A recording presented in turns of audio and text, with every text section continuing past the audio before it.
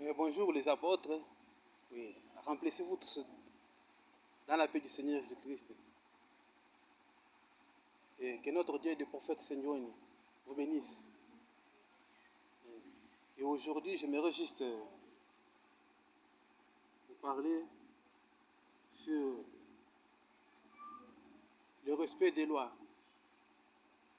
En fait, avant tout, j'aimerais me présenter auprès de vous. Je me nomme le Baptiste Saint-Timothée Hervé Willa. Oui, en direct du Canada.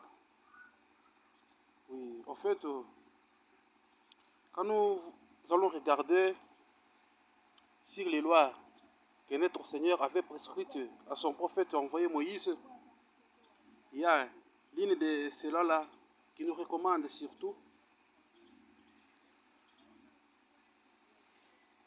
l'amour de Dieu.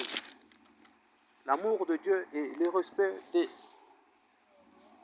sa parole. Si nous aimons évidemment Dieu, si nous aimons l'Éternel, le Créateur de tout, nous allons être soumis à sa parole. Nous allons donc respecter ses lois. C'est ce qui nous fait de nous les bons héritiers de ce royaume. Et surtout sur ce que Dieu a parlé à prophète Moïse, il y a une loi qui nous recommande, qui nous interdit de ne pas tuer notre prochain,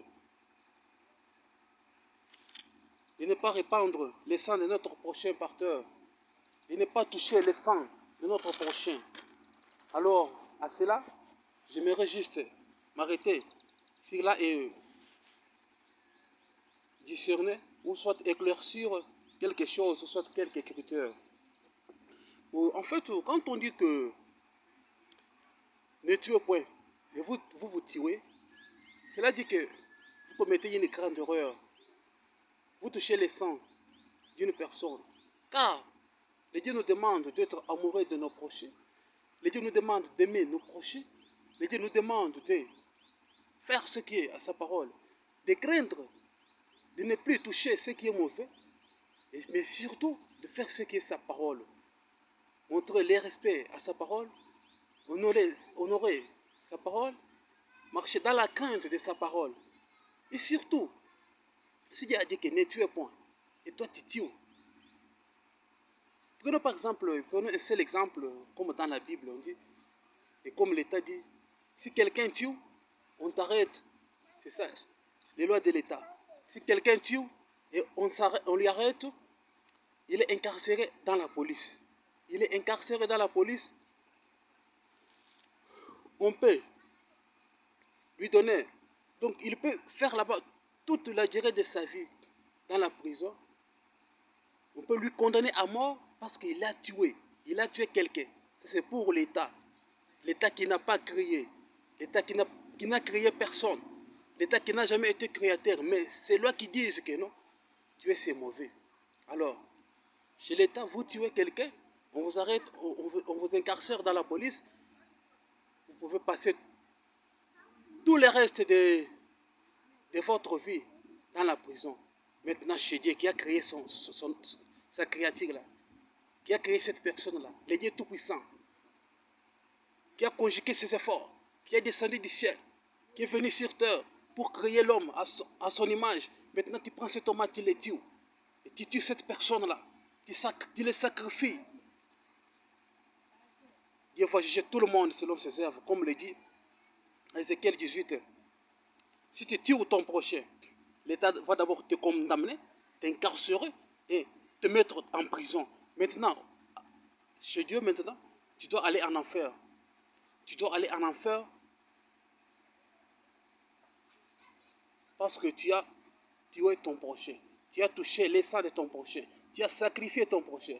Et ce jour-là, je venais d'écouter une télévision qui dit, un monsieur là qui parlait à la télé, il disait, à chaque année, moi je sacrifie 206 personnes. Mes chers bien-aimés, constatons, à chaque année, toi tu sacrifies 206 personnes de Dieu, les créatures de Dieu. Tu sacrifies 206 personnes. Commençons par une seule personne. La loi interdit cela. Dieu refuse cela. Maintenant, toi, tu sacrifies 206 personnes à chaque année.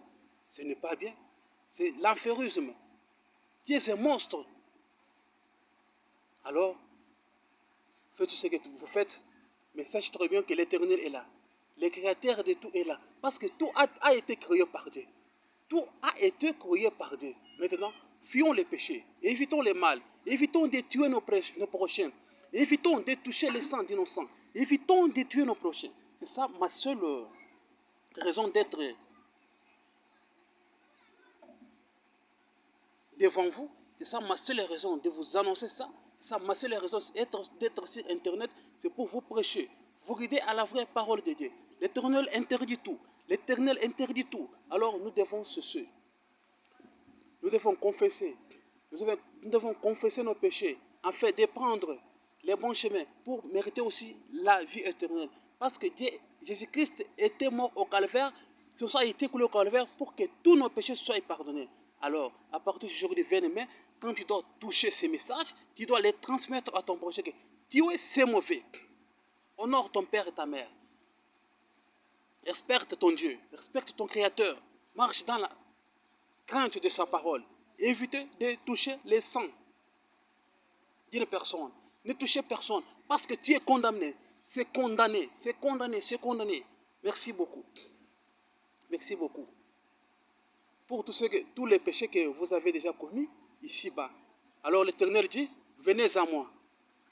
Venez à moi. Malgré toutes sortes de péchés que vous avez commis. Mais venez à moi. Même si vos péchés sont rouges, ils seront blancs comme la neige. Même s'ils sont rougeâtres, ils seront blancs comme... Merci beaucoup, bien-aimés. Merci beaucoup.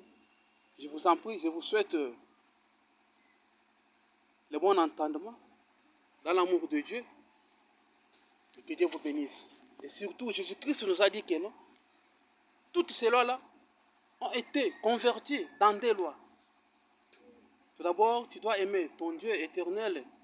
Et par la suite, tu dois aimer ton prochain. L'amour du prochain est vrai. C'est l'amour du prochain qui nous mêle à l'éternité.